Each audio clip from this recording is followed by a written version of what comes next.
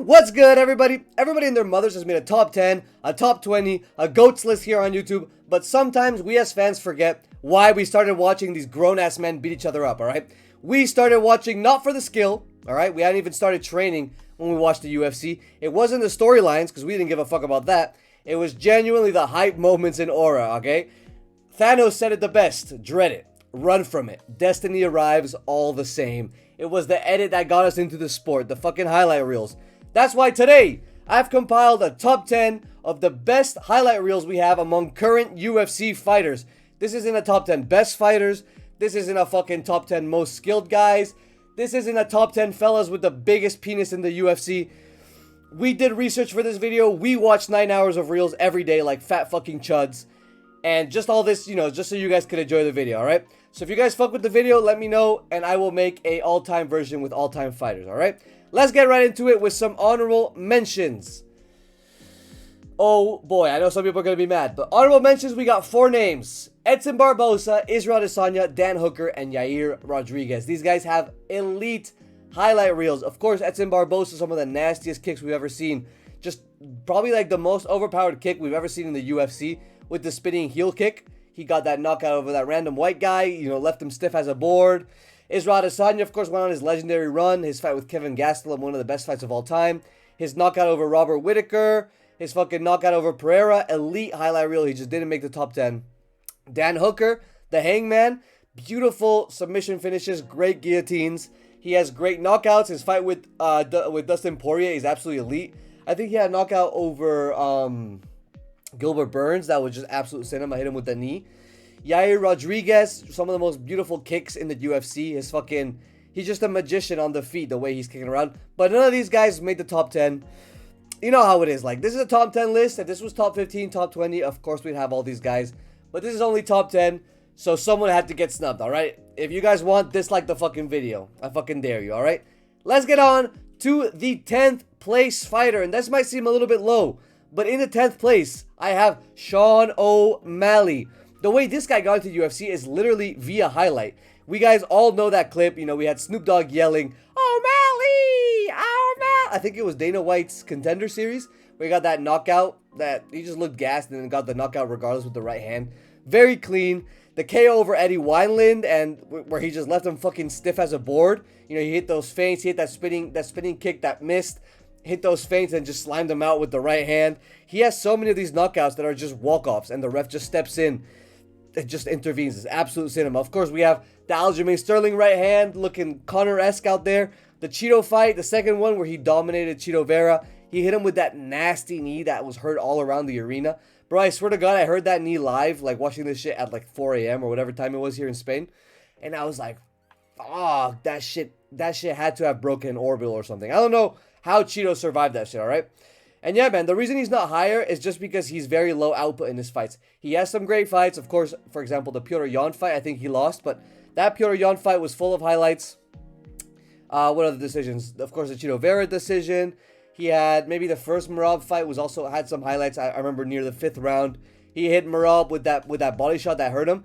But the issue I have with Sean O'Malley and the reason why he's not higher, don't get me wrong, he is top 10 of the highlight reels. But the reason he's not higher is just because of his output. Very low output, does rely on the one-shot finishes. And the one-shot finish that he has, they're very beautiful. But they're just not enough to make up for the lack of volume. No submission wins either. There's just a little bit of variety missing. Still elite, alright? Number 9. Who else than Petr fucking Yan? This might be a crazy pick. You guys might not expect Petr Yan to be this high. Because I remember at a time, Petr Yan, I feel like he's always been one of the most underrated finishers in the UFC. People don't give this guy the respect he has, but he has definitely the prettiest striking in the UFC by fucking far, right? He has so many highlights. Most of his wins are by decision, that's why he's not higher. But even those decision wins are low-key sometimes more entertaining than the fights that, that get finishes. The O'Malley fight, like I mentioned, he got rocked by O'Malley, came back, he had that grip, opposite stance grip on O'Malley's hands, and hits him with that 1-1-2. Wow, beautiful, beautiful. The fucking Corey Sandhagen fight, where he spun, I think it was like a spinning back fist or spinning hammer fist into a right hook or a left hook. Just absolutely beautiful striking. Remember, he dropped Corey Sandhagen like twice or 3 times in that fight. And then every time he's up against jobbers, you know, some people stink it up against jobbers. You say like Sean O'Malley against Chito Vera too. He kind of stunk it up. He had some highlights, but he kind of stunk it up. Or we've seen, I don't know, Israel Adesanya against Marvin Vettori. Israel Adesanya against Yoel Romero, who is not a jobber, but it was still, you know, very stinky performance. But Petr Yan, whenever he's up against these jobbers, he fucking slimes them out, bro. Marcus McGee, Davidson Figueiredo, when, you know, in his old age, he's always pulling off some crazy highlights on him, always styling on them. It's just never really close in these fights, and it's just beautiful. The Uriah Faber knockout, at least once in every one of his fights, Petr Yan is going to get, like, his signature trip. I remember his, I think his favorite trip to do is that back take into the scissor sweep, or the scissor trip. Just literally so beautiful. I actually stole that shit from him, and I do it to all the helpless white belts in my gym. But yeah, man, and even in his last fight against Merab, this guy had, like, he was literally clip farming because he started wrestling Merab, who would fucking fuck them, for like 50-45 them in their first fight. Started wrestling Merab, bro, started shooting on him, started getting on the legs, fence wrestling, just an elite performance, elite highlight reel. Honestly, like, I think top 2, top 3 most beautiful strikers to watch in the UFC, no Diddy. Like, just pretty, elite, clean, precise, just wow. Absolute cinema every time, all right? Let's get on to the next fighter. And this fighter is probably the best example of how quality really does beat quantity most times. Khamzat Chimaev, bro. He's one of those fighters that has an elite highlight reel, even though it isn't too extensive. He hasn't been too active, especially in recent years. But you know, like, of course, this is a very topical fighter to talk about. He was undefeated until his last fight with Sean Strickland, which is something I still haven't recovered from. How the fuck did Sean Strickland pull that off? What happened with the weight cut? That's a video. That's something for another video, right? But in his UFC career, he's had 10 fights, 7 by finish, and 2 by decision win, which were absolute wars. By far, Khamzat Chimaev is the best one round fighter in the UFC. Like, it's literally undisputed. In UFC history, there is not one single fighter you can name that has a better first round, that has a more dangerous first round than Khamzat Chimaev, alright? We've seen the highlights, the Darce choke over Phillips, Darce choke over Holland, the fucking face cranks over Whitaker, the choking out cold of the Leech. I still haven't recovered from that, bro. Shout out to the Leech. Absolutely tragic. But man, like, his finishes so elite, so dangerous within 2 rounds every time. And when he has gone to decision, apart from the Strickland fight, the Gilbert war and the Usman war, just absolute, like, cinema. These guys tested Chimaev. He pulled through, 10-8'd both of them in the first round, got low-key pieced up in the 3rd round, but still, bro, this guy, he was on the feet, he was trading. He has a knockout over, who was it, Cal Dawkins? I don't even know what the guy's name is. Gerald Mearshart. He has a knockout over Gerald Mearshart. Absolute cinema. And yeah, man, like, this is just one of those runs that was kind of short-lived, but it will feed generations forever. We got the iconic song that's, like, always associated with Khamzat Chimaev. We have just, like, all those, just the shooting right after, like, shooting right at the bell will forever be a Khamzat Chimaev reference. Like, when Johnny Walker did it to Zhang Ming Yang, everyone was talking about, oh, this guy trying to be Khamzat, whatever. The fake love touch to shot that he did on Holland. Man, just all that shit is beautiful. The Khamzat Chimaev 2020 to 2024 run will forever feed generations. This shit, they can never take it away from him, no matter how much he loses, no matter how much he stinks it up against DDP. Just a beautiful, beautiful run. Let's get on to the next fighter. Now, what Khamzat Chimaev doesn't have in quantity, this guy makes up for. Maximus fucking Holloway. Maximus Jerome Holloway. This fucking guy. Ultimate clip farmer. If he hasn't gotten a clip in his fight, which is already unlikely, you know he's going to get a clip in the last 10 seconds. Literally invented the point down, one of the most, like, elite traditions in recent UFC history. Probably the most elite tradition. I fucking love that shit when randoms, like 2 random flyweights on the undercard of an Apex Fight Night start pointing down to the center. That shit has me on the edge of my seat every time. If it's a striking battle, bro, last round, I'm locked in on my screen. I don't care if this is, again, the second fight of the night, two fucking girl flyweights just fighting in the prelims. I'm gonna be watching last 10 seconds just in case they do the Max Holloway point down. Absolute cinema. He doesn't have that many one punch KOs, but the ones he does have are fucking brutal, bro. The Korean zombie knockout where he slimed him out and like face planted him. I think that shit was in Singapore. Yo, at that time, no, everyone was talking about, yeah, Max Holloway got no punching power. He got no this, no that. Slimed him out. Slimed him out coming in. Just like one of the most beautiful knockouts I've seen. Just a beautiful, beautiful knockout. He's finished Jose Aldo twice. He has nasty guillotine finishes. I think he has 2 of them over Cub Swanson and Andre Philly, I believe. Excellent names, low-key. Like, no one really gets submissions over those guys. Very, very high output. And even if he doesn't get the finish, he gets the fucking highlight. Every single time. We saw that clip against Calvin Kattar where he was doing like the no-look slipping. Like, I'm the best boxer. We all know that shit, bro. We know the famous Max Holloway clips. And the fact that we know them clips, it means this guy has an elite highlight reel. And then, of course, I have to talk about the UFC 300 KO, bro. He was beating the fucking brakes off of Justin Gaethje just to knock him out in the last second. In my opinion, argue with the fucking wall, best knockout in UFC history. By far, bro. Better than the Buckley knockout. Better than any of the Pereira knockouts. We're going to talk about him later. Better than fucking, I don't know. What knockout you want to talk about? Rampage Jackson, fucking Francis Ngannou against Stipe. Bro, I don't care. Francis Ngannou against Overeem. This Holloway knockout is way better, all right? Let's get on to the next fighter. And speaking of Justin Gaethje, where do I even begin with this fucking guy? His nickname is literally the highlight. He's received either a performance of the night or a fight bonus in 13 of his 15 UFC fights. Bro, he's literally almost a millionaire now based purely on fucking bonuses. There's only one other guy that matches that. We're going to talk about him later. He comes into the UFC, immediately has a legendary scrap with fucking Michael Johnson, who now is a legendary vet. Like, that's his first, bro. He came into the UFC, and I think Michael Johnson was already ranked. He just came and started fighting ranked guys on short notice immediately. Who fucking does that, bro? He's brutal. He has brutal-ass KOs over Poirier. You know, he had that head kick over him. He has the Barboza knockout, the James Vick knockout. He just left these guys, like, stiff. Stiff as fucking boards. Just beautiful, beautiful knockouts. This guy's your favorite fighter's favorite fighter for a reason. Like, the fights he puts on, the bonuses he gets, all of them, except maybe the Paddy Pimblett one, even though, no, the Paddy Pimblett one too, they're all warranted, bro. These bonuses are absolutely beautiful. He put a beating on Tony Ferguson. I remember that shit. That shit was fucking hard to watch. Ended up, I think it was 5th round or 4th round. The ref had to step in because, bro, Ferguson was genuinely going to die in there.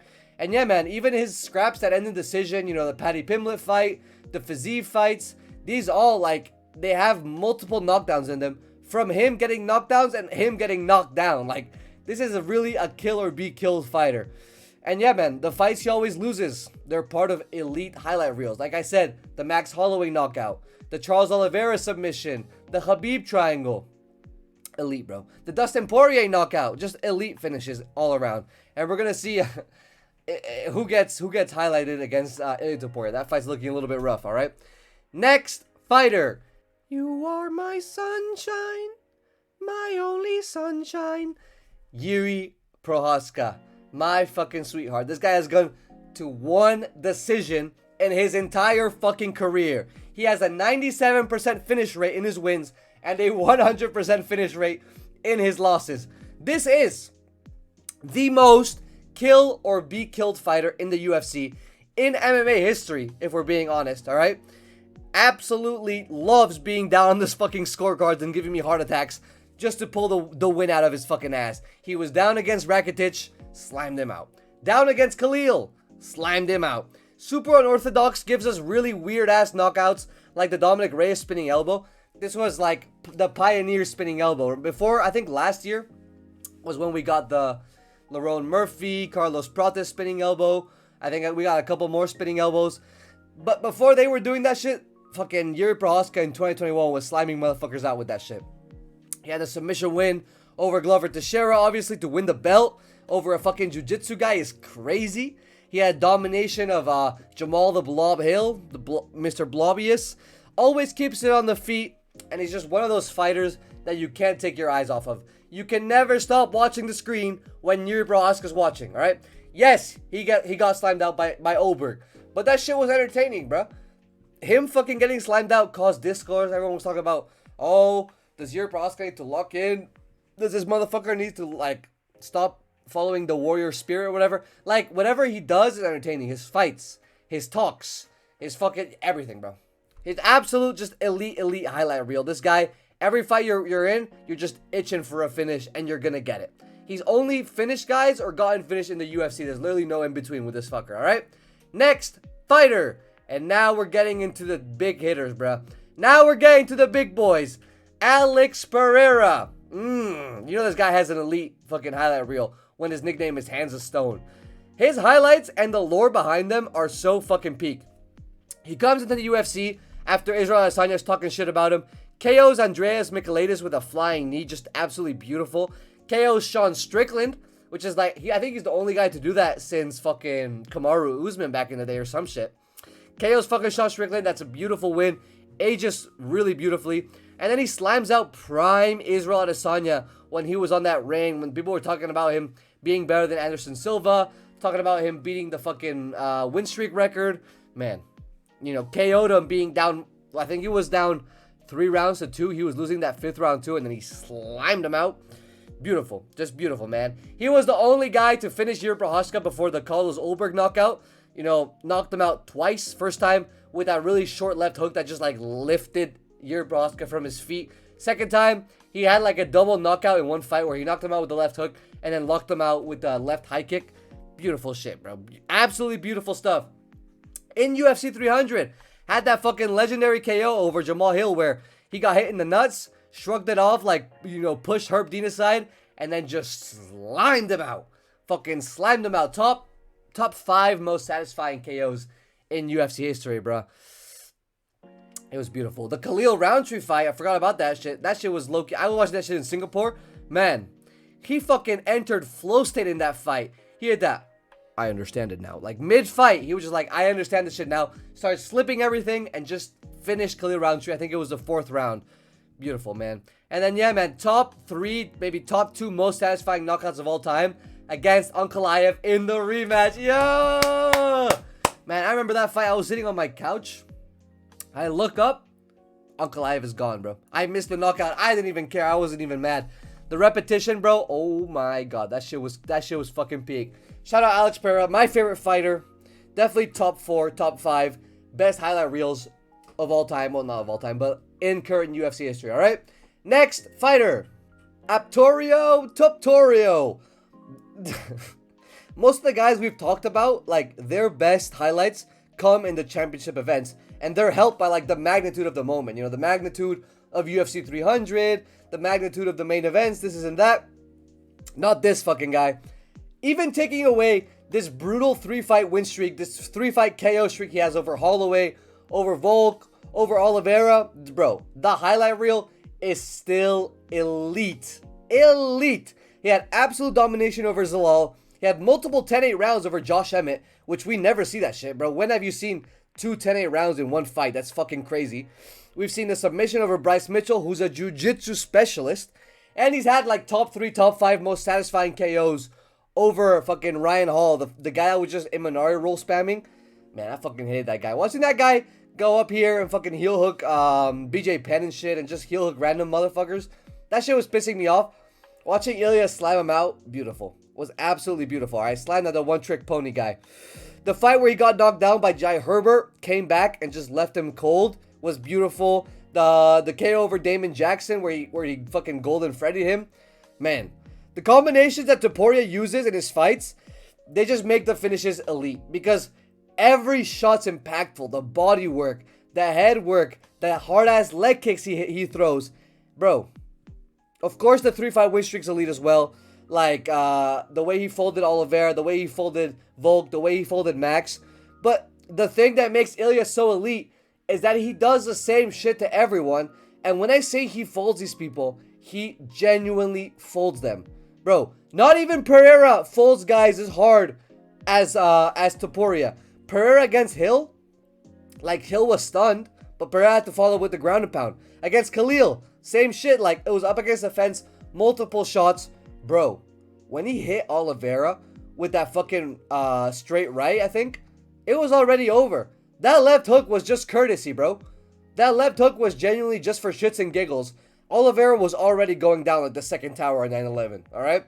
Volkanovski, Literally, you could see that man. You could see that man's light leave his fucking eyes as soon as Topuria touched him on the chin. No one does that to these guys. No one has this fucking bone density, this power. It is literally God-given, alright? That's why Ilia Topuria is top 3. But he's not top 2 because there's 2 guys that are just... You just can't compete with them. Number 2. Do I even need to talk about this man? Charlie do Bronx, Charles Oliveira. The Charles Oliveira highlight reel is literally everything you could ever ask for. The showing of heart in all of his fights. The comebacks in the Gaethje, the comeback in the Poirier, the comeback in the Chandler fight. Bro, the way he chased Chandler down and slimed him out, like hit him up against the fence for the belt. Absolutely beautiful. Him crying, getting that belt put on him. Like, you've seen the edits. You have 13 Charles Oliveira edits saved on your phone right now. I am willing to bet my fucking left testicle on that shit. He has super nasty submissions, especially the front headlock stuff. You know, he almost got Armin with that, I think it was a Darce. He's got a bunch of guys with the guillotine. You know that guillotine where he was hanging off that guy with his, like, in the full guard, like, standing up, using his whole body with leverage. That shit was beautiful. He had that beautiful, brutal armbar that he fucking tucked away in his armpit against Ferguson. I thought that shit was gonna snap immediately. And then, yeah, man, like, the best thing is that this guy is still adding to his highlight reel. He has a recent win over Chandler again. He got that Gamrot submission, which was a beautiful comeback after the Topuria knockout. He had a Holloway domination, just a masterclass. If I had to bet my fucking life, I would say that Charles Oliveira is the second most prominent fighter featured in UFC edits. Second most. And why do I say second most? Because we can only have one man in our first place. And that first place, of course, is Conor McGregor. Yes, Conor is still active. And for as long as he stays active and part of the UFC roster, he will forever be part of the best highlight reels. Like, any list about highlight reels need to include this man. There's no way this guy isn't, like, bro, be honest. Be fucking honest, alright? Prime Conor McGregor highlight reel is absolutely unmatched. The KOs he got when he got into UFC. Marcus Brimage KO. Brandao. Dustin Poirier, Dennis Silver, bunch of randoms except Poirier. The Max Holloway decision was also great. Had some, you know, it was a very dominant decision in my opinion. I do give one round to Max Holloway. He had a KO over Chad Mendes, and that went right into the build-up with fucking Jose Aldo, where he slimed them out in 13 fucking seconds, bro. He had 2 fights with Nate Diaz, lost one. Second one was an absolute war that he won. The Eddie Alvarez KO, probably the most beautiful KO in UFC history, bro. The way he went, 4-fight punch combination, incredible precision. All of the punches were fucking on the chin or on the fucking temple. This guy in his prime was the most fluid and by far the most beautiful striker to watch. Ever, bro. If I make, or when I make the all-time top 10, this guy's gonna be my number 1, bro. Spoilers. Like, what do you want me to say? But this guy will for sure be number 1 in that list just because of how elite he is, alright? Man, he's literally like, I talked about Petr Yan being nice to watch. This is literally Petr Yan if he was more fluid and had more punching power. Bro, literally. Conor will and will always be the top of this list and should be at the top of all of these fucking lists, alright? And I don't want to fucking hear it. No matter what he is now and how shit he's become in the last years and like all the cases, all the allegations, fight-wise, no one is touching prime fucking UFC 2014 to 2018-19 Conor. No one's touching this man. Alright? And I don't want to fucking hear it. Thank you guys for watching. What do you guys think about my list? Do you think I missed any fighters? Do you think any of my honorable mentions should replace any of the guys in the list? What do you think about my Conor McGregor placement? Let's be for real. That's the correct placement, alright? Thank you guys again for watching. I'm gonna go do some homework, bro. Ciao.